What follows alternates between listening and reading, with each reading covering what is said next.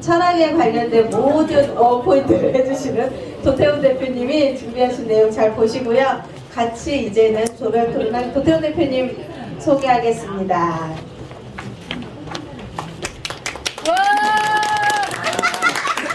감사합니다. 큰일 났네. 부담 100배. 해줘야 되는데. 일단 몇 년?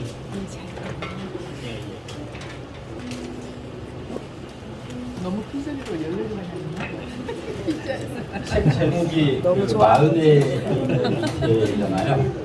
이 마흔에 읽는이라고 하는 의미를 이 출판사에서 이거 말고도 다른 것도 좀 냈더라고요.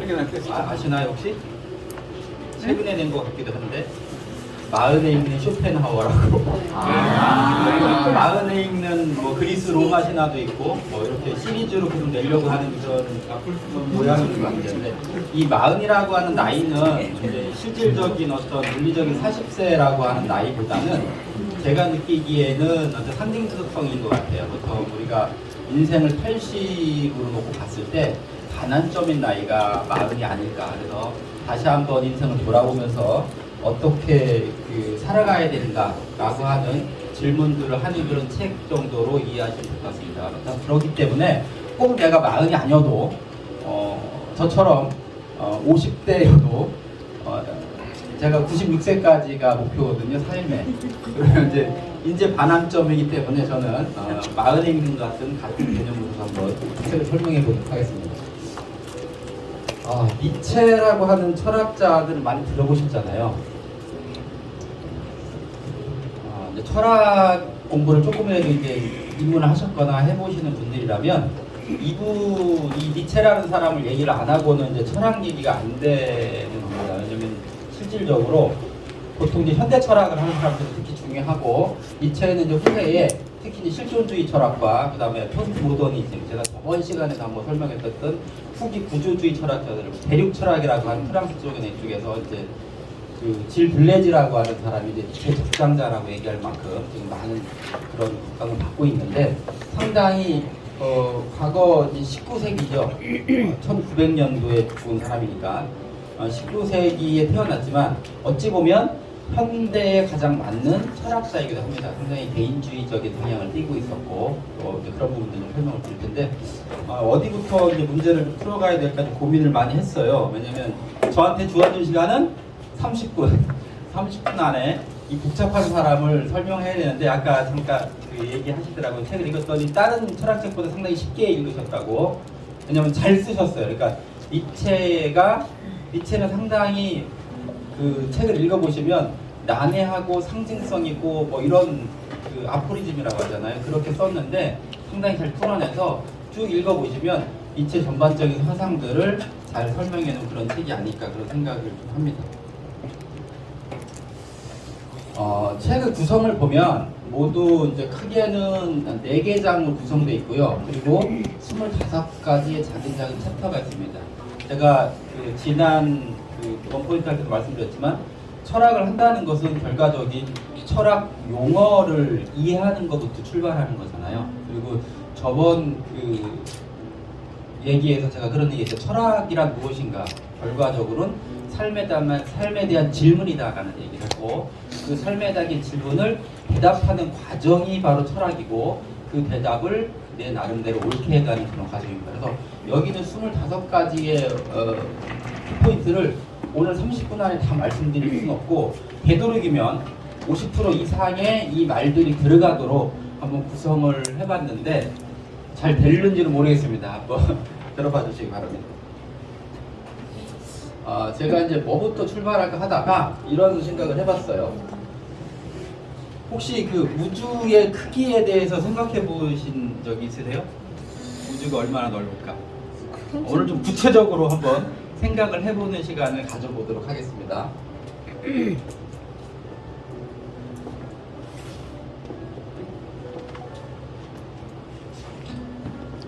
어딜까요?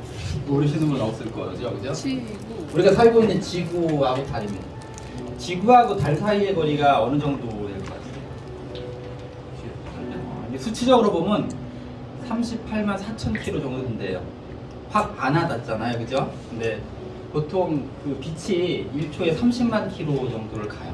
그래서 빛의 속도로 가면 대략적으로 1.28초 걸린답니다. 빛으로는 1.28초 정도 걸리는 거리예요. 빛은 상당히 짧게 걸리겠죠. 긴 거리인데도 불구하고 우리가 올 때 차 타고 오셨잖아요. 차로 자동차로 달려 시속 100km로 달리면 얼마나 걸릴 것 같아요? 달까지 만약에 길이 있어서 차를 타고 간다. 그러면 160일 정도가 걸린대요. 자, 근데 우리는 이제 인간이잖아요. 보통 우리가 이제 산책을 하고 걷는 성인의 속도를 시속 5km라고 본다면 얼마 정도 걸릴 것 같아요? 걸어간다면. 그만 상상을 해보세요. 기간하지 마세요. 그런 상상하기 싫은데. 50년, 5년 정도. 계산을 해봤대요. 한 8년 9개월 정도 걸린답니다. 약간 빛이 지구를 1초에 7바퀴 반 돈다고 하잖아요. 30만 킬로미터니까. 달까지의 거리가 대략적으로 따지면 지구 둘레 있잖아요. 둘레를 이렇게 지름으로 봤을 경우 10배 정도가 좀 넘는 거죠. 그 거리 정도를 간다고 합니다. 지구하고 달 사이의 거리가 상당히 사실은 가깝지 않은 거죠. 인간적인 개념으로는. 그런데 우주적인 관점에서 바라보면 엄청나게 짧은 거래요. 순간적인 거리라고 생각하시면 됩니다. 조금 더 볼게요. 우리가 이제 그 태양계, 우리 중심 태양이잖아요. 태양계에 살아요. 태양계에 사는데 인너 솔라 시스템이라고 이제 내 태양계 이렇게 얘기할 겁니다. 보통 우리가 이제 우주라고 하는 거리는 상당히 멀기 때문에 시스템적으로 우리가 우리는 멀다고 생각하면 킬로미터를 쓸 수가 없어요. 아까 얘기했지만 지구와 달 사이의 거리도 38만 킬로미터 안 와닿잖아요. 그래서 우주에서는 좀 근거리를 따질 때는 태양과 지구 사이의 거리라고 하는 단위를 써요. AU라고 하는 단위를 씁니다. 그래서 태양과 지구 사이의 거리를 1이라고 하는 1AU로 잡습니다. 그러면 태양이 거느리고 있는 태양계의 규모는 얼마나 될까요?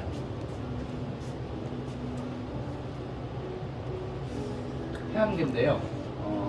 보통 이제 태양 인력권이라고 하는 건 상당히 먼데 보통 우리가 저기 보면 카이퍼 벨트라고 하는 게 있어요. 우리가 이제 수금지와 목도, 천해, 명왕선이 이제 빠졌고 거기까지를 보통 우리가 행성이라고 보지만 실질적으로는 좀 큰 것이고 상당히 많은 소행성부터 해서 많습니다. 그 중에 저 바깥쪽에 카이퍼 벨트라고 하는 곳에는 상당히 많은 그 행성들이 있어요. 태양의 인력권에 있는 거기서 해성이 오는 거예요. 그렇게 오는 그런 벨트가 있는데 거기까지의 거리가 대략적으로 아까 1AU가 지구에서 태양까지 거리라고 했잖아요. 48AU에서 50AU 정도 되는 겁니다. 상당히 먼 거리죠. 40배가 넘는 50배 가까이 되는 거고요. 그 다음에 이제 더 인력권을 보는 경우는 이제 10,000AU까지를 봅니다. 태양의 인력권까지가 있는데 그러면 태양계라고 하는 우리가 살고 있는 솔라 시스템인 태양계라고 하는 넓이도 상당히 큰 넓이가 되는 거죠. 근데 이 태양계라고 하는 것은 또 우주적인 관점에서 보면 점에 불과해요. 우리 태양이라고 하는 것은 스스로 빛을 내는 것들이 항성이라고 하죠. 지구 같은 경우는 이제 행성이라고 합니다. 그리고 행성 주위에 도는 것을 위성이라는 개념으로 하는데 지구과학 좀 배우는 거예요. 개대기는 이거는 시간입니다. 태양에서 우리가 태양계에서 스스로 빛을 내는 태양계에서 가장 가까운 별은 어디 있을까요? 여기 보면은 프로막시 센타우리라고 하는 별이 있어요. 이게 센타우리라고 하는 별이 스스로 빛을 내는 별 중에서 태양에서 가장 가까운 별인데 얼마 정도 떨어져 있을 것 같아요? 가장 가까운 별이 AU 단위로는 불가능합니다. 근데 광년이라는 개념을 쓰죠. 광년은 아까 달까지 1.28초라고 했잖아요. 그 빛의 속도는 1초에 30만 킬로라고 달리는 그 속도로 1년 갈 거리를 1광년이라고 얘기를 합니다. 가장 가까운 센타우리까지의 거리가 광년으로 4.2광년입니다. 우리가 빛을 스스로 내는 태양 같은 것을 달려가려면 빛의 속도로 4.2년을 가야 있다는 거죠. 그만큼 우주는 거의 빈 공간, 진공에 가깝다고 생각하시면 됩니다. 우리는 그래서 이렇게 가장 가까운 스타 시스템이에요. 이런 별들이 모여서 결과적으로는 무엇을 만드냐면 우리가 살고 있는 은하계 중에 우리 은하를 만드는 거죠. 밀키웨이라고 하죠. 서양으로는 우리 은하계, 은하수라고 얘기하는 거죠. 그러면 이제 은하수는 우리 태양계가 속해 있는 은하예요. 이 은하의 크기가 어느 정도 되냐면 이 긴 사실은 약간 볼록렌즈처럼 생겼는데 이렇게 보면은 이 지름이 10만 광년. 그러니까 빛의 속도로 10만 년을 가야 우리 은하계를 가로지른다는 겁니다. 그러면 태양계는 어디 있냐면 이 중심으로 그러니까 반경이 한 5만 그 광년 정도 될 거잖아요. 대략적으로 3만 광년이 조금 안 떨어져 있다고 합니다. 그러면 태양계가 우주의 중심은 아닐 것 같은 느낌이 들죠. 만약에 태양계가 정말 중심이라면 저 가운데 낫지 않았을까? 뭔가 변두리에 있고 나선팔처럼 돼 있잖아요. 나선팔에서도 좀 중심은 아는 위치에 있습니다. 이런 우리 은하가 있습니다. 이 우리 은하에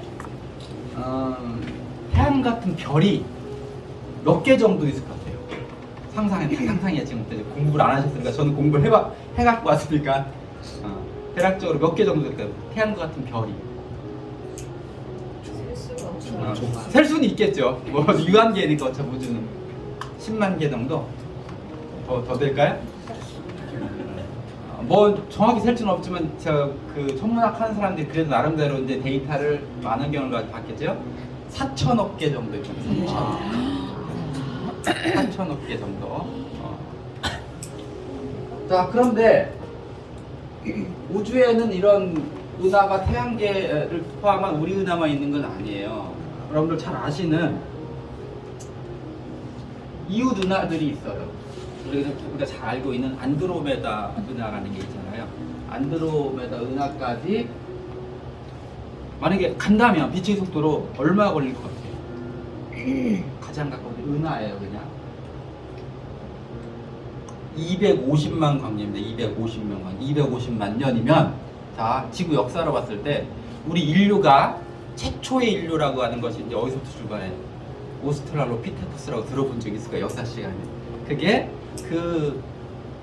지금 인류도 아니죠. 유전적으로 상당히 다르지만 출발이라고 보는 그 오스트랄로피테쿠스가 살았던 시제가 200만 년 전에서 400만 년 전이래요. 그러니까 그때 출발한 빛을 지금 저희는 보고 있는 거예요. 250만 광년은 그 빛을 보고 있는 거예요. 우리가 인류가 최초로 실질적인 현생 인류인 사피엔스는 4만 년밖에 안 됐어요. 우리 인류라는 역사가. 자, 그러면 이렇게 가장 근거리에 있는 이런 그 은하들이 모여서 기본적으로 다시 또 초은하단이라는 걸 만들어요. 은하에는 저기 보는 라니아케아라고 하잖아요. 우리 그 은하가 속해 있는 구운이 초은하단 라니아케아인데 이 라니아케아에 있는 그런 아까 같은 우리 은하 같은 아까 안드로메다 은하 같은 경우는 그 우리 은하보다 더 커요. 별수가 한 기본적으로 아까 저희가 4천억 개 정도 된다고 했잖아요. 거기는 안드로메다는 1조 개 정도 된대요. 우리가 더 훨씬 커. 근데 안드로메다 은하나 우리 은하는 은하계 중에서는 좀 큰 촉에 속하는 은하예요. 그런 은하들이 모여서 또 하나의 초은하단을 만드는데 이 초은하단 안에 있는 아까 우리 은하 같은 은하가 대략적으로 추정하기를 10만 개 정도 있대요. 저기 10만 개. 10만 개라는 그런 우리 은하 같은 것들이 있는 것들이 군을 그 초은하단을 만드는 거예요. 그렇게 초은하단을 구분짓는 이유는 이렇게 하늘을 보면 하늘에 있는 은하들이 균질하지 않은 거예요. 이게 모여 있는 겁니다. 모여 있는 것들을 그렇게 해서 전체적으로 저런 것들을 초은하단들을 또 구분해서 만듭니다. 만들어내서 최종적으로 저런 초은하단들이 대략적으로 100만 개 정도가 모이면 이렇게 이제 우리가 보는 밤하늘의 은하가 된다는 겁니다. 근데 우리 은하계라고 하는 거는 그러면 100만 개, 10만 개 하면은 거의 추정하기로는 천문학자들이 관측 가능한 은하라고 얘기해요. 그러니까 우주의 끝은 몰라요. 왜 관측 가능하다는 얘기를 하냐면 빅뱅이 일어난 이후에 빛이 이제 우주가 생성됐잖아요. 왜 빅뱅이라는지는 이유를 몰라요. 근데 빅뱅 이후부터는 이제 어느 정도 수정을 하는데 138억 년 전에 그 빅뱅이 일어났대요. 138억 년 전부터 팽창을 하는데 우주에서는 물리적으로 빛보다 빠를 수는 없어요. 그런데 이제 팽창 속도는 빠를 수가 있어요. 계속 팽창하는데 최외곽의 팽창은 빛의 속도가 더 빨리 팽창합니다. 그래서 관측 가능한 우주는 564억 광년 564억 광년 정도 된대요. 그 안에 있는 것만 따지는 거예요. 그 다음부터는 볼 수 없어요. 왜냐면 빛이 우리한테 도달하지 못하기 때문에 기본적으로 그 바깥에 있는지 없는지 알 수가 없습니다. 그것이 우리가 현재 관측 가능한 이런 우주고 이 안에 대략적으로 약 1조 개 정도의 은하가 있지 않겠는가 라고 얘기를 하고 현재까지 관측된 은하는 2천억 개 정도 됩니다. 아무튼 제가 이렇게 이런 말씀을 드리는 이유는 우리가 살고 있는 은하를 넓다, 우주를 넓다 정도가 아니고 조금만 더 구체화 시켜보자는 얘기, 얼마나 되는지. 그럼 우리가 제가 이제 이런 얘기를 하는 이유가 이런 겁니다. 서두에 왜 갑자기 지구과학처럼 은하계를 제가 설명을 하고 있겠어요? 이유가 있겠죠, 제가.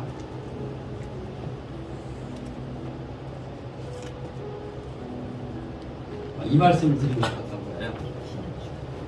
니체를 딱 떠올리면 딱 들어오는 아포리즘이 하나 있는데 신은 죽었다는 겁니다. 왜 니체는 신을 죽였을까부터 사실은 출발해야 되는 문제예요. 그게 가장 큰 니체의 핵심적인 사상이라고 하는데 보세요. 이제 저는 개인적으로 모든 신을 다 믿습니다. 그래야 나중에 구원을 여러 군데서 다 기대면. 근데 엄밀히 얘기하면 저는 무신론자이기도 해요. 왜냐면 신을 믿고 싶어서 교회도 다녀보고 뭐 하물며 이렇게 도로 아십니까도 따라가보고 해봤는데 제 논리적인 생각으로는 아무리 생각해도 그건 신이 아닌 것 같더란 말이에요. 그 이유가 비슷합니다. 어찌 보면은 인류 지금 제 개인적인 생각이고 또 그렇게 생각하는데 지금은 우리가 이제 신을 믿으시는 이게 신을 믿는다기보다는 종교를 믿는 거죠. 종교를 믿으시는 분들도 있고 또 그것이 또 삶에 풍부하니까 또 안 믿는 분들도 있는데 과거처럼 그렇게 종교에 매여 있지 못하잖아요. 그런데 인류 역사를 보면 특히 서양 역사세대 그 중세대들을 보면 거의 종교가 모든 것을 지배했던 세대예요. 그것이 이제 출발이 이제 이성철학이라고 하는 것부터 시작입니다. 그러니까 이성철학이라고 하는 것은 그것을 집대성한 사람으로 우리가 이제 플라톤을 쓰는데 플라톤의 이제 이데아 상상 있잖아요. 이데아. 그러니까 플라톤이 이렇게 생각한 거예요. 쉽게 얘기하면 이 세상과 저 세상이 있는 거예요. 쉽게 얘기하면 이 세상은 우리가 살고 있는 세상, 저 세상. 이 세상은 변화가 있을 수 있어. 변해. 실체가 가짜야, 허상이야. 우리가 살고 있는 세상은 허상이야. 진짜 변하지 않는 세상은 저기 있어. 이데아라는 세상이 있어요. 그래서 이원론적으로 받아보는 거예요. 현대에 우리가 살고 있는 이 세상은 저 세상의 그냥 투영일 뿐이야. 그림자일 뿐이야. 완벽한 세상은 저기 있는 이데의 세상이야 라고 하는 것이 기본적으로 머릿속에 따지는 이성적인 세계입니다. 자, 그런데 그런 철학들을 좀 더 대중적으로 만들어 놨던 것이 사실은 기독교예요. 대중적으로 접근한 게. 시스템이 똑같다고 보시면 돼요. 기독교는 저 세상이 있죠. 이 세상이 있어요. 그리고 이 세상의 삶은 저 세상을 위해서 존재하는 거예요. 그래서 여기서 잘 살아야 저 세상 가서 행복하게 살 수 있어. 구원을 받는 거예요. 여기서 예수님을 잘 믿어야. 그런 시스템의 구조가 똑같습니다. 그런데 그때 어찌 보면은 그 기독교라고 하는 것이 유태교에서 나온 거잖아. 유태인들은 유태교를 믿지 기독교를 또 안 믿어요. 그들은 구약에 더 근접해 있는 거고 우리가 보는 것은 신약이죠. 신약 사상을 가지고서 이제 우리나라에 들어와 있는 것은 그쪽에 들어온 그 기독교인데 하여튼 어쨌거나 그들이 만들었던 시스템에서의 세계는 지금 제가 말씀드렸던 그런 우주 체계가 아니에요. 그때의 세계는 지구는 땅과 하늘이 있는 거고 네모나고 뭐 지구가 둥글다고 생각하지 않았으니까 그런 시스템에서 이 세상에서 죽으면 저 세상의 하늘로 가는 거죠. 자, 현대 개념을 제가 아까 볼게요. 그러면 하늘에 계신 우리 아버지는 도대체 아까 그 우주 중에 어느 하늘에 계시는 겠습니까? 우리가 지금 하늘이라고 보는 거의 개념은 다르잖아요. 물론 저도 신이라는 존재를 무시하진 않아요. 왜냐하면 제가 아까 말씀드렸듯이 빅뱅이 일어난 그 이후에 계속 퍼진다고 했잖아요. 하지만 그 관측 가능한 이후에 뭐가 있는지는 모르잖아요. 그럼 만약에 제가 지금 새로운 종교를 만든다면 새로운 신을 만들겠죠. 그 관측 가능한 너머에 있는, 관측 가능하지 않은 그곳에 신이 계신다. 그러고서 스토리를 만들어 갈 것 같아요. 근데 그 기독교가 나왔던 그 시기에는 알고 있는 것이 땅과 하늘, 그 시스템이었으니까 그 바깥의 세계를 가지고서 신을 만들어냈다. 그러니까 신은 어찌 보면 인간의 편의에 의해서, 인간의 필요에 의해서 만든 거고 지배자들의 논리에 의해서 만들어질 가능성도 있습니다. 옛날부터 하늘과 연결된, 그래서 그 제사장하고 정치인이 같았잖아요. 우리 당문항범도 그렇잖아요. 재정일치 사회잖아요. 나는 하늘로부터 계시를 받은 사람이고, 그래서 나는 너희들한테 그걸 계시를 넘겨준, 너희들은 하늘의 언어를 몰라, 나는 하늘의 언어를 알기 때문에 나를 통해서만 하늘의 얘기를 할 수 있어. 뭐 이런 메시아적인 그런 개념들이 종교의 시작이 아닐까 생각을 합니다. 그것을 니체는 기독교 집안의 장남입니다. 아버님이 목사셨어요. 그리고 어렸을 때는 꼬마 목사라는 말을 들을 정도로 거의 성경을 달달달달 외울 정도로 천재였던 거죠. 그런데 니체는 그런 신을 죽인 겁니다. 그러니까 어찌 보면 신을 죽였다는 얘기는 신을 부정한 건 아닌 거죠. 근데 그 신을 죽였다라고 하는 말에는 이런 말이 들어있는 거예요. 아까 얘기했던 그런 이원론적인 저 세상과 이 세상이라고 하는 세상을 없애버린 거죠. 기준으로서. 그 얘기는 저 세상이라는 것이 뭐가 중요하다, 그런 건 없다. 우리가 살고 있는 이 땅, 지금 이 세상이 중요하다. 이론론적으로. 지금 여기가 현재가 중요하다라고 하는 거. 저 세상은 없다라는 의미에서 신을 죽였다고 생각하시면 됩니다. 신을 죽였다는 얘기는 이제까지 모든 기준이 저 세상이 기준이었는데 우리가 살아가는 세상은 저 세상이 아니다.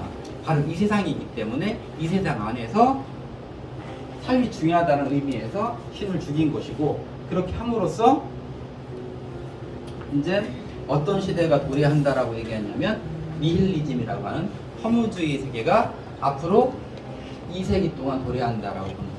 그러니까 그 니힐리즘이라는 것은 이런 거예요. 허무주의라는 것을 아주 단순하게 얘기한다면 절대적인 가치가 없는 세상, 그 이전 세상, 니체가 생각했던 그 이전 세상은 절대적인 가치가 존재했어요. 하나님이 어디에 쓰시려고 만드셨죠.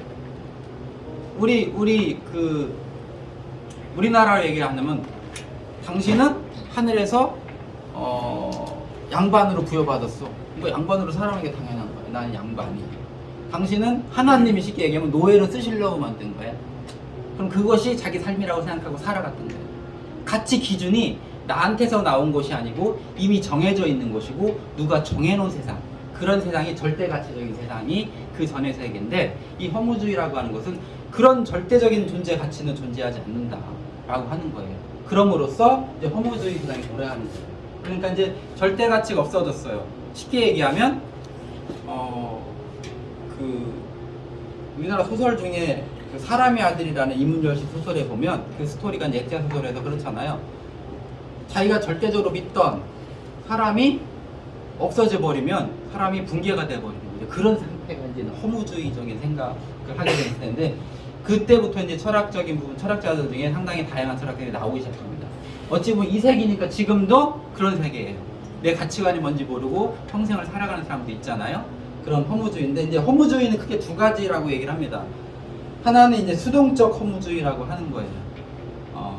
일종의 염세주의, 쇼펜하우어 같은 사람들이 얘기하는 그런 건데, 니체는 이제 니체의 허무주의는 그런 허무주의가 아니고 능동적 허무주의라고 얘기를 합니다. 그건 무슨 얘기냐면, 즉 능동적 허무주의라는 얘기는 아까 절대적인 가치가 없다라는 얘기를 했잖아요. 절대적인 가치가 무너진 세상에서 지금부터 가치를 내가 만들어 가자. 그것이 능동적인 허무주의라고 보시고, 니체가 주장했던 부분들은 바로 그것입니다. 제가 과거에 그 장자 얘기를 한번 했던 적이 있었잖아요. 망각과 자유라는. 그때 니체랑 약속했는데, 어찌 보면은 장자의 사고랑 비슷해요. 그러니까 장자를 그 동양의 니체라고 얘기하는 것처럼 니체를 그 서양의 장자라고 얘기하는 이유에는 같은 맥락입니다. 그때 도행지 이성이라는 말이 있었잖아요. 길이 어디 있어? 내가 가는 게 길이지. 이게 장자의 기본적인 마인드입니다. 길이란 내가 걸어감으로써 만들어지는 것이 이미 만들어진 것이 아니다. 그런 개념하고 똑같습니다. 즉 니체의 생각은 가치나 기준이라고 하는 부분들은 내가 만들어가는 것이지 이미 만들어져 있는 것이 아니라 각자의 가치들이 다 있다는 겁니다. 즉 상대적인 거고 절대적인 가치는 존재하지 않는다. 즉 여기 그래서 그런 것을 한마디로 얘기한다면 니체의 사상은 개인주의라고 생각합니다. 개인주의. 각자들이 아까 얘기했던 하늘에 빛나는 모두 별이다 라고 생각하시면 되는 겁니다. 그것들을 만들어간다라고 보는 건데, 그래서 이제 주장한 것들이 뭐냐면 니체는 그로 인해서 초인이라는 얘기를 합니다. 그러니까 이 초인이라고 하는 것은 뭐 슈퍼맨 같은 그런 것들이 아니고 니체는 이렇게 생각합니다. 지금까지 과거의 신들은 저 하늘에 있었잖아요. 가치를 만드는 사람은 누구였어요? 신이었었죠. 그 신이라는 것을 누구한테 갖고 온 거냐면 인간한테 갖고 온 거예요. 인간 니들이 창조자다. 신의 지위를 인간한테 부여했다고 생각하시면 되는 겁니다. 기본적으로 이 초인이라는 개념은 그런 개념이에요. 그래서 초인이라는 것은 도달을 해야 되는, 즉 우리가 신과 같은 존재로 가기 위한 하나의 존재라고 생각하시면 되는 겁니다. 보통 우리는 인간이잖아요. 인간은 바로 동물과 저 초인 사이에 어느 단계에 존재하는 겁니다. 인간 중에서도 가장 핫질의 인간, 그래서 우리는 인간 말종이라고 합니다. 그리고 그 인간 중에 최상의 인간이 바로 초인인 겁니다. 그러니까 스펙트럼 버퍼가 상당히 넓은 구조로 파악을 해내고 있다고 생각하시면 되는 겁니다. 그러니까 우리는 어딘가에 인간 말종부터 초인 어딘가의 급에 우리 각자는 속해 있다고 보시는 거고, 모두 다 초인이 될 수 있다고 얘기하지 않았어요. 초인이 됐다는 사람도 없고, 우리는 초인이라고 하는 것은 그렇게 돼야 된다는 겁니다. 즉 초인은 바로 자기를 극복해낸 인간을 얘기하는 것이고, 그럼 자기를 극복해냈다는 것은 아까 신의 이제까지 인간이 누구한테, 그때는 그것이 진실이라고 했지만 지금으로 바라본다면 허상인 신한테 부여했던 뭐를 가치를 창조하는 그런 일들을 지금부터 인간으로 가져오자고 하는 겁니다. 그래서 가치를 창조하는 자. 그때 여기서 가치를 창조한다는 것은 신처럼 무에서 유를 창조하는 것이 아닙니다. 이미 존재하는 물질적인 세계에 존재하잖아요. 여기서 그 가치를 재평가하는 사람, 재창조하는 그런 창조를 얘기하는 거예요. 뭐 신처럼 뚝딱 없는 것에서 만들어낸 그런 창조를 얘기하는 것이 아닙니다. 그러면 우리는 어떻게 현재 인간에서 초인으로 갈 수 있을 것인가, 그런 방법론적인 부분들을 니체들은 여러 가지 그 니체가 자기 저술에 군데군데 넣어놨습니다. 근데 니체 책들은 저도 다 읽어본 건 아닌데 몇 권 읽어봤는데 좀 안에에서 몇 번을 반복해서 읽어봐야 돼. 그런데 지금 이 마흔에 있는 니체 책은 정말 잘 구성을 해놓은 거고 쉽게 풀어놓은 책이기 때문에 니체를 알고 싶으면 정독을 몇 번만 해보시면 니체 사상을 좀 이해하실 수 있을 것입니다. 자, 그러면 니체는 이 초인에 도달하기 위해서 어떻게 해야 되냐면 그 힘의 의지라고 하는 것을 강조해요. 그러니까 영어로 얘기하면 will to power라고 하죠. will이라고 하는 것은 의지잖아요. 그리고 to라는 전치사는 미래지향적인 정기잖아요. 그리고 power는 힘인데 미래지향적인 어떤 의지를 나타나는 거예요.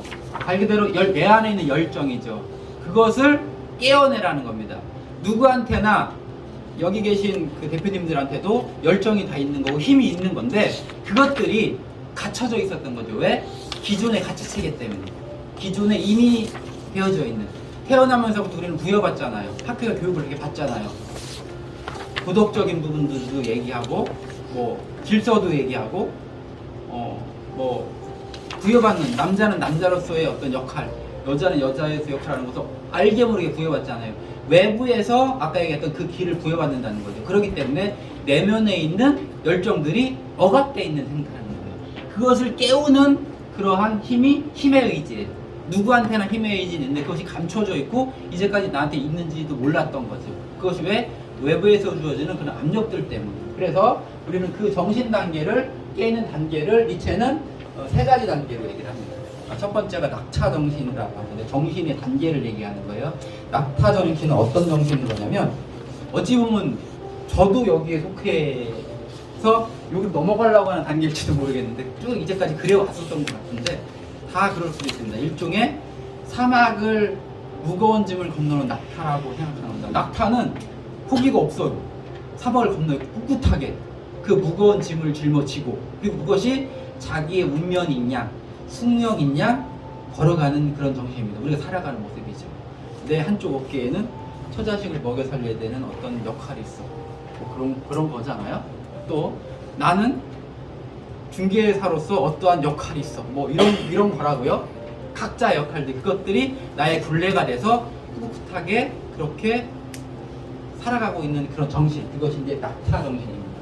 그 낙타 정신에서 그 힘의 의지를 통해서 깨어나야 된다고 하는 겁니다. 그 다음 단계가 뭐냐면 사자 정신이라고 하는 거예요.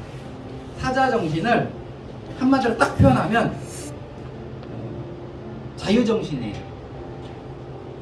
내가 이제까지 꿋꿋하게 짊어지고 왔던 그 짐들을 벗어 던지라는 겁니다.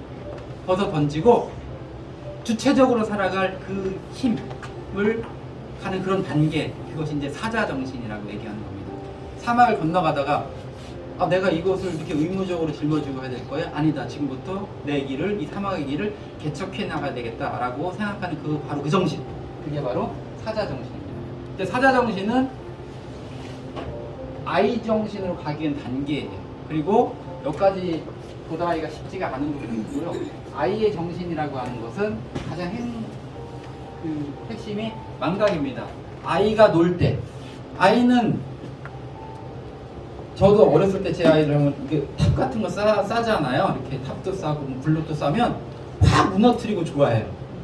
우리는 뭔가 완성을 하려고 하는데 걔들은 뭔가를 무너뜨리고 좋아해요. 그리고 다시 싸. 무너뜨리는 그 과정 자체를 즐기는 거지, 인간처럼 완성된 단계를 즐기는 게 아니에요. 우리는 뭔가를 완성하기 위해서 끊임없이 노력하잖아요. 그리고 완성해놓고 또 허무해하죠. 다음에 또 뭐를 만들까. 그런데 아이는 그 과정을 즐기는 거예요. 순간순간의 과정을 즐기는 거예요. 그리고 무너뜨리고 과거를 망각하고 다시 시작하는 거, 현재를 즐기는 그 정신들, 그런 정신이 바로 아이 정신입니다. 제가 이제 그 영어를 망각과 기억이라고 하는데, 이 망각은 그런 망각이고, 망각과 자유에서 나오는 그런 망각이에요. 내가 너에게로 가기 위한 길, 모든 것을 벗어 던지는 그런 망각인데, 계속 망각만 하면 우리는 이제 농담 삼아서 금붕어머리가 되는 거잖아요. 3초 기억을 가지고 있는. 그럼 뭐 하는지 모르잖아요. 그런 게 아니고 중요한 것들은 기억해야죠. 내가 생각하는 가려고 하는 방향인 약속 같은 것들을 기억해야 되잖아요. 그런 기억들은 긍정적인 기억이라고 생각을 하는 겁니다. 제가 너무 진지하게 얘기를 하고 있나? 그 다음에 이제 이런 얘기를 합니다. 이제 니체가 그래서 했던 것들은 뭐냐면 두드려 부시기 시작하는 겁니다. 기존의 가치들을 두드려 부시는 거. 기존의 체계, 뭐를 두드려 부시는 거예요? 아까 얘기했던 플라톤의 이원론, 이데와 현실 세계의 그 이원론 쪽인 틀을 두드려 보셔서 이데아라는 세계를 없애버리고 현재를 살아라, 현실을 살아라고 하는 그런 세계. 그것이 제가 이렇게 대중적으로 되어 있었던 종교가 바로 그리스도교라고 하는 거잖아요. 기독교도 저기 천당과 지옥에 있는 저 세계와 이 세계의 생각. 칸트의 이원론은 칸트는 이런 거예요. 그러니까 물 자체라는 용어를 쓰죠. 물 자체하고 현상. 그러니까 물 자체는 플라톤이 얘기하는 이데아 세상이라고 하는 거고, 현상은 우리가 살고 있는 이 세계를 얘기하는 건데, 그 페노메논이라는 영화 아세요? 그 현상이 페노메논이고, 이제 물 자체를 이제 우메논이라고 이제 표현을 하는데, 그 세계의 같은 개념이라고 생각하시면 됩니다. 그런 세계를 두드려 부시기 시작하는 것들이 바로 이제 니체. 그래서 니체는 그 망치를 든 철학자라는 용어를 많이 쓰잖아요. 그 세계를 부시는 겁니다. 그래서 모든 가치를 전도해 버리는 거죠. 그래서 가치를 지금부터 내 나름대로 나에 맞게, 하나의 단일한 가치가 아니고 나에 맞게 재창조하라 그런 얘기입니다. 예를 들면 니체는 그 도덕의 계보에서 우리가 이제까지 알고 있었던 이 도덕론을 두드려 부시기 시작합니다. 그 주인 도덕과 노예 도덕이라고 이제 비교를 좀 하는데요. 이런 거예요.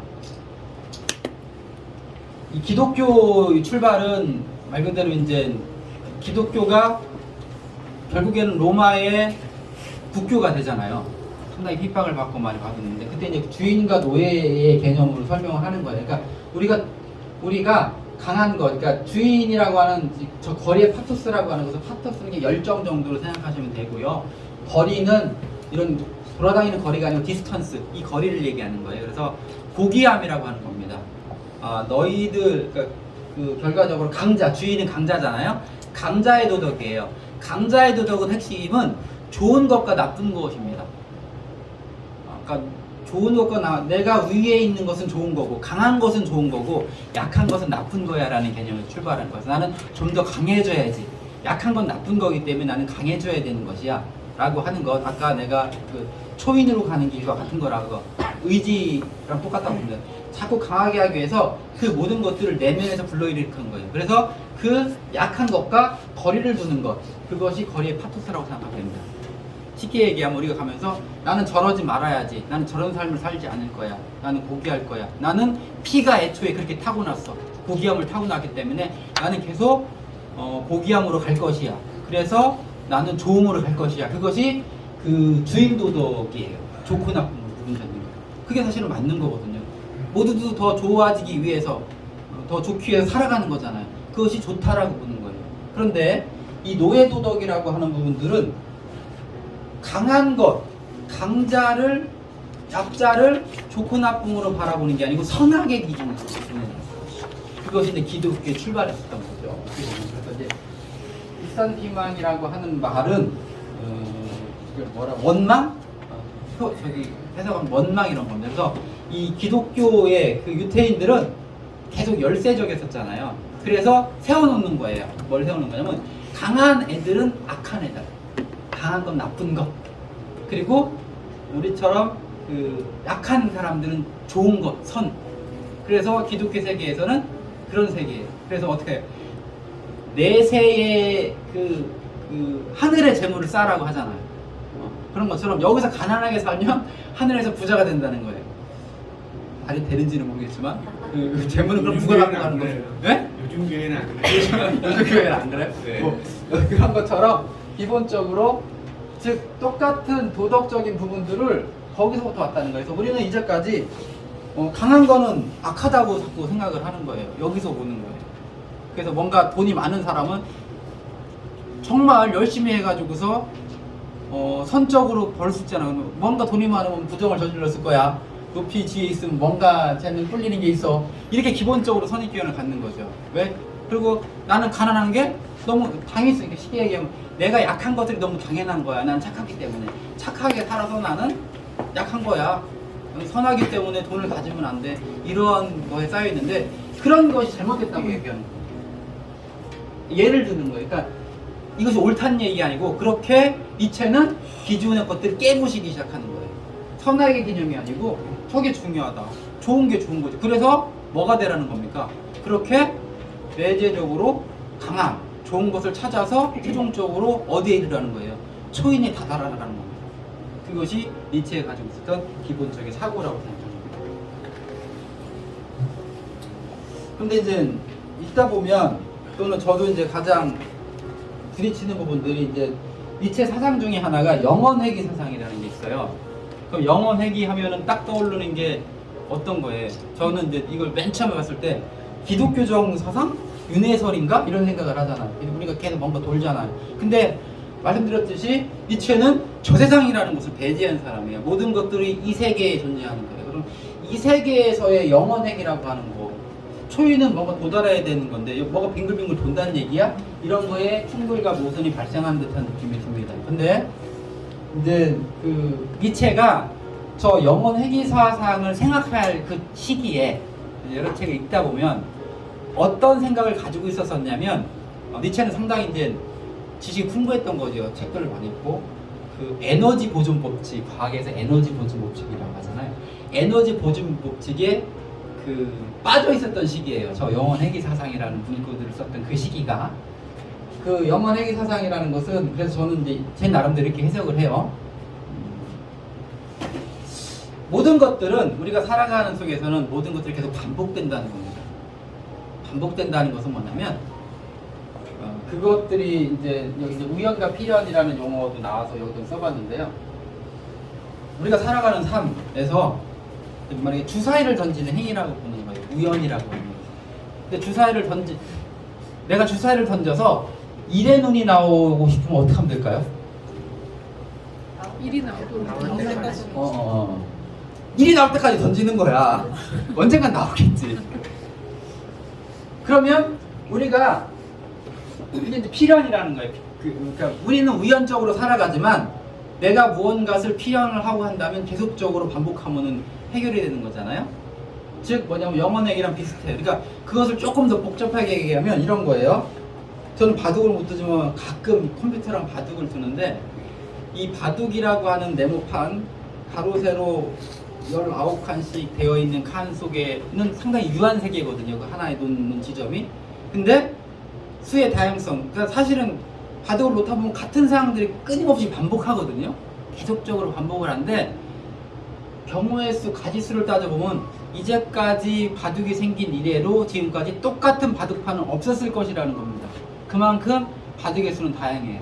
순간순간의 그런 것들은 반복하지만, 같은 일이 반복하지만, 즉 우리가 살아가는 세상의 모든 것들은 어떤 원리들은 상당히 단순하지만 그것들의 조합으로 만들어지는 경우의 수는 너무나 다양하기 때문에 우리 삶들도 보면은 나름 비슷한 생각들을 다 가지고 있고 또 어떤 걸 하다 보면 같은 일을 저도 계속 반복하고 있는 것 같아요. 하지만 그 삶 속에서 끊임없이 살아온 그 과정들을 보면 다양성이 있는 것이고 다 다른 사람들을 살아가고 있거든요. 현재 그런 개념으로 영혼의기 사상을 해석하는 게 좋습니다. 왜냐하면 영혼의기라고 하는 것을 못 박아버리면 저거는 운명 같거든요. 그냥 정해져 있는 것. 그럼 살아가리 뭐 당연히 정해져 있는데 뭘 살아가. 그렇게 약간 모순적인 것 같지만 그렇지 않다는 겁니다. 제가 말씀드린 것처럼 바둑판은 한정돼 있지만 바둑의 게임은 이제까지 한 번도 겹칠 적 없는 그런 삶의 세계, 그것이 니체가 얘기하는 저런 영혼의기 사상과 어느 정도 상통하지 않을까라는 그 전 개인적인 생각입니다. 저도 이 부분에 대한 부분들은 아직도 해결이 나름대로 정리가 안 돼 있는 사상이기 때문에 이 정도로 설명을 드리고요. 그런 과정 속에 중요한 것은 저 초인에 도달하기 위해서 니체가 얘기하는 한각들이 바로 이제 디오니소스의 긍정입니다. 이게 한마디로 딱 표현하면 디오니소스라고 하는 디오가 듀오라는 뜻이잖아요. 두 번 태어났잖아요. 이제 저기 그리스 신화에서 보면 핍박도 어찌 보면 많이 받은 거죠. 잡혀먹기도 하고 막 그런 것처럼 끊임없이 재생산하는, 재탄생하는 그러한 무한 긍정을 얘기하는 거예요. 저것을 그냥 한마디로 표현하면 디오니소스의 긍정이라는 것은 무한 긍정이라고 얘기하는 것이고, 그 까미가 얘기하는 시지프 신화에서처럼 굴러 떨어질 것을 뻔히 알면서도 산 위로 돌을 밀어 올리는 그런 무한한 도전, 반복 그런 걸 얘기하는 거고, 그래서 노래도 나오는 아무로 파티, 운명이라고 하는 거예요. 그래서 우리는 순간순간의 그 순간을 살아가는 것이다. 즉 정해져 있는 삶을 가는 것이 아니고 순간순간 살아가면서 내 삶을 개척해 가는 것이다. 가치를 창출해 가는 것이다. 내가 가는 길이 길이다. 그런 것들이 니체의 핵심적인 사상입니다. 네, 거의 다 끝나갑니다. 그러면 우리는 그 초인 니체의 사상을 가지고서 어떻게 살아가라고 하는 것이냐라고 하는 핵심이 이제 중요할 텐데요. 저는 이제 계속적으로 니체 사상 중에 아까 사자 정신 있잖아요. 그 단계를 상당히 좋아해요. 뭔가를 초인에 도달하는 것은 너무 힘든데 초인이 되는 사람은 없어요. 없다고 보는 거. 니체 스스로도 초인이 되는 사람 없다고 보는 거예요. 그 당시에. 근데 그래서 자유정신의 단계인 자기를 극복하는 초인이 되기 위한 그런 단계로 난 나아가야 된다. 그것은 바로 무엇이냐? 스스로가 되라는 겁니다. 순간을 살아가면서 스스로가 되라. 이 부분을 조금만 부연 설명을 해볼게요. 저기 어찌 보면 밑에 가장 핵심적인 사상 같아요. 스스로가 되라는 얘기는 어떤 거냐면 나 자신의 아이덴티티를 갖는 거죠. 근데 이 아이덴티티라고 하는 것은 기존에 가지고 있는 그런 개념이 아니에요. 나는 누구야? 라가 아니에요. 나는 뭐뭐 하는 사람이야 라고 갇혀있는 사람들이 있어요. 과거에 나는 뭐였어? 그렇기 때문에 이렇게 해야 돼. 그거는 스스로가 되는 게 아니에요. 그러니까 니체가 생각하는 그 나라고 하는 것은 끊임없이 변해가는 사람을 얘기하는 거예요. 끊임없이 변해가는 사람. 어떤 거냐면 저는 그 봤던 드라마를 다시 보는 걸 좋아하거든요. 봤던 드라마를. 그럼 가끔 제 와이프가 얘기해요. 왜 봤던 걸 또 보네요. 내용도 다 알면서. 근데 저는 봤던 걸 또 봐도 또 새롭거든요. 또 책도 과거에 봤던 책을 또 봐도 또 새로워요. 왜 새로운가라고 생각했더니 책 내용이나 드라마 내용이 바뀌지는 않았겠죠. 고정되어 있는 거니까. 왜 새로운가 느꼈더니 내가 바뀌는 거죠. 내가 10대 때 읽었던 모모라는 책과 20대 때 읽었던 모모라는 책과 지금 와서 읽었던 모모라는 책은 달라요. 쉽게 얘기하면 거기 주인공에서 감흥되는 그 사람들이 틀리단 말이에요. 쉽게 얘기하면. 그런 것처럼 내가 5년 전에 봤던 드라마와 지금 봤던 드라마는 같은 내용이지만 거기서 끄집어내는 문구들이 와닿는 게 틀리는 거죠. 그때는 미처 지나갔던 것들이 지금 와서 그 장면을 봤을 때는 새롭게 나한테 다가오는 장면이고 나한테 의미를 주는 거예요. 끊임없이 내가 변해가고 있다라고 하는 거죠. 그렇기 때문에 똑같은 것을 반복해서 봐도 그건 아까 얘기했던 무한반복 그런 의미일 수도 있어요. 모든 것들은 순환하지만 내가 늘 조금씩 변해가고 있기 때문에 그렇게 만들어가는 그것이 스스로가 되라는 것이고 그 순간순간 살아가라라고 얘기를 하는 겁니다. 나온 김에 홍보 좀 하나 할게요. 제가 최근에 또 스스로가 되기 위해서 하는 행위들이 있어요. 여기 동종이 업계에 계신 분들 이제 있을 텐데 그래서 제가 30년 동안 머리로 하는 일만 해왔어요. 몸으로 쓰는 일을 해보자. 몸도 이제 운동도 안 하고 하니까 찾다가 또 요즘 부동산도 잘 안 되잖아요. 특히 투자하는 사람들은 지금 죽을 맛입니다. 그만큼 지금 안 되고 있는 시기인데 그래서 이런 식의 머리에 구상하고 있었던 제 나름대로 부동산의 개념이 있거든요. 이런 좀 올해 내년까지 제가 보기에는 이 투지 시장은 힘들 것 같아요. 이럴 때 새로운 걸 좀 만들어 보자고 해가지고 생각했던 부분들이 시작은 입주이사 청소 전문이지만 저 머릿속에는 저걸로 끝낼 건 아닌 시작의 스타트인 거고 제 머릿속에는 또 하나의 구상이 있는데 그거의 출발점이라고 보는 거예요. 그러면 이런 일을 하면 우리 대표님들이 도와주셔야 되잖아. 도와주실 거예요? 네. 자, 그런데 그냥 도와달라고 하면 욕을 얻어먹을 테니 전 맨날 와도 안 뽑히더라고. 5명 안에 못 들더라고. 그래서 마음 아픈 사람들이 꽤 있을 거예요. 그래서 오늘은 그럴 염려가 없다. 제가 모두에게 행운을 드리겠다. 그래서 그냥 명함을 돌리면 욕을 얻어먹으니 이미 주위에 잘 하시는 입주 청소 하시는 분 있으면 그분 소개시켜드리고 난 정말 없다. 믿을 만한 사람이 없다. 근데 저를 아시는 분은 제 꼼꼼성을 알잖아요. 제가 직접 팀원들을 데리고서 검수를 제가 하기 때문에 퀄리티만큼은 보장한다. 그래서 만약에 욕을 얻어먹고 싶지 않은 입주이사 청소를 찾으신다면 한 번 정도의 연락을 주십사 하는 거고 어제도 제가 이제 서울에서 이제 요청을 해서 용인에 가서 열심히 청소를 하고 왔는데 어제는 상가 중동상가 400분짜리를 못하니까 저를 끄집어 올려서 이제 하고 왔는데 이제 다양한 경험을 하는 거예요. 제가 한 2달 정도 계속 일을 몸으로 뛰면서 배우고 있습니다. 배우고 제 팀원들을 교육시켜서 보통 입주이사 청소 시스템들을 아시면 알겠지만 다 이렇게 하청 주는 그런 형태가 많은데 그렇게 가지 않고 오로지 퀄리티를 내기 위해서 제 손이 다 가도록 할 거거든요. 제가 할 수도 있는 거고 하더라도 제가 가서 검수를 하고 제 팀원들한테 그래서 이제 뭔가 만들어가려고 하는 거기 때문에 그래서 만약에 퀄리티를 원하셔서 욕을 얻어먹고 싶지 않으시다면 한 번 정도는 제 명함을 부동산 사무실에 꽂아놔 주십사 약속 부탁을 드리는 겁니다. 이렇게 해서 제가 명함 소식 만들었는데 부동산분권이 앞으로는 하나씩 있으니까 난 필요가 안 가져가서 그래요. 난 사무실에 놓겠다라고 하면 제 메모로 작은 양 5,000원짜리 상품권을 좀 이렇게 준비했으니까 하나씩 가져다가 부동산 사무실에 놔주시면 감사하겠습니다. 연락을 좀 주세요.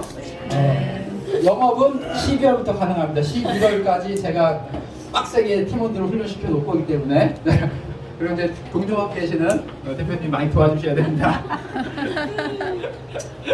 그래서 이제 저도 끊임없이 살아가려고 이렇게 스스로가 되고 순간순간을 살아가려고 노력하고 이체 철학에 대해서는 관심을 가지시고 이 책은요 쉽게 쓰여졌기 때문에 3번 정도만 시간을 가지고 충분히 보면 현대를 살아가는 거에 상당히 도움이 되고, 어찌 보면 니체 철학이 현대 철학이라고 보시면 돼요.